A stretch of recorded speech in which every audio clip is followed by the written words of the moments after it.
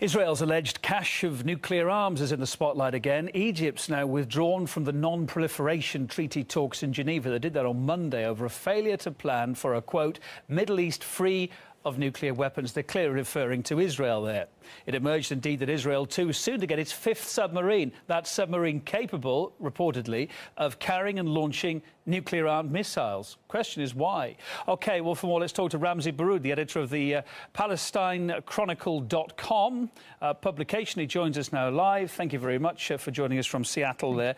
A big, strong move from Egypt here. They're basically blaming the failure here on Israel, but is Israel going to listen? Of course not. If Israel was going to listen, they would have listened decades ago.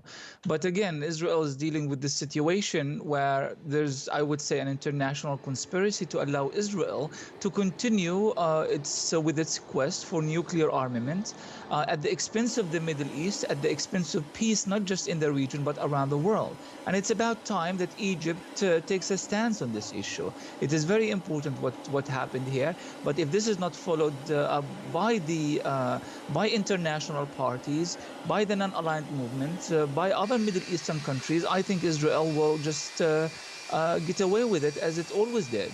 I guess, of course, Israel's going to say, no, it's Iran that's the stick in the ointment here when it comes to nuclear issues in the region, no?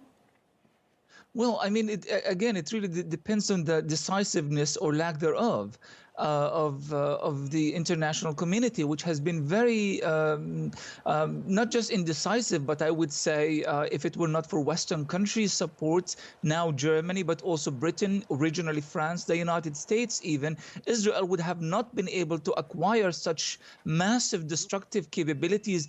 Some estimates put them at 200 nuclear heads, but others say about 400, if not even more.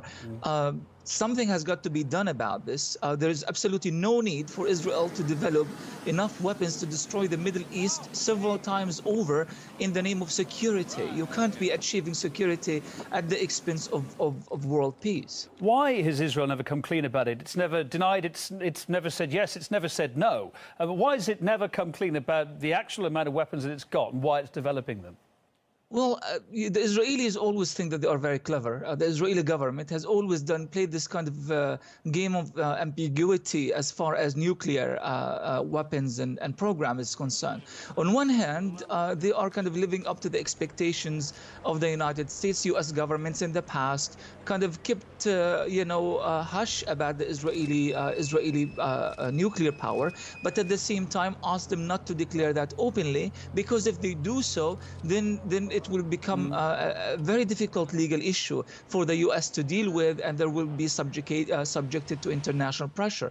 On the other hand, Israel does want Arab countries and Iran and other countries in the region to know that we do have the capacity to destroy you if we wish to do so, and they use that in their sort of mental psychological warfare to intimidate their enemies. And Ramzy, I mean, this news now that this submarine is coming onto the fleet, capable maybe of being able to fire nuclear warheads.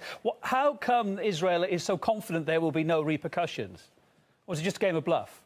Well, the repercussions, where does repercussion come from usually? It comes from Western countries that usually come across or present themselves as champions of democracy and freedom and peace and defenders of international law.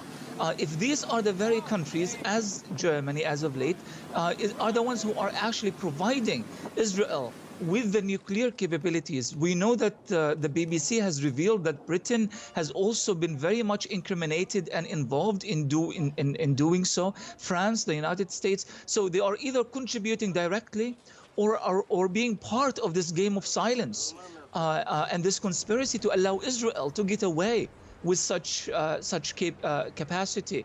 So who is going to stand up for Israel? If it were not for other countries, we are hoping that, of course, there would be enough international pressure to make that happen.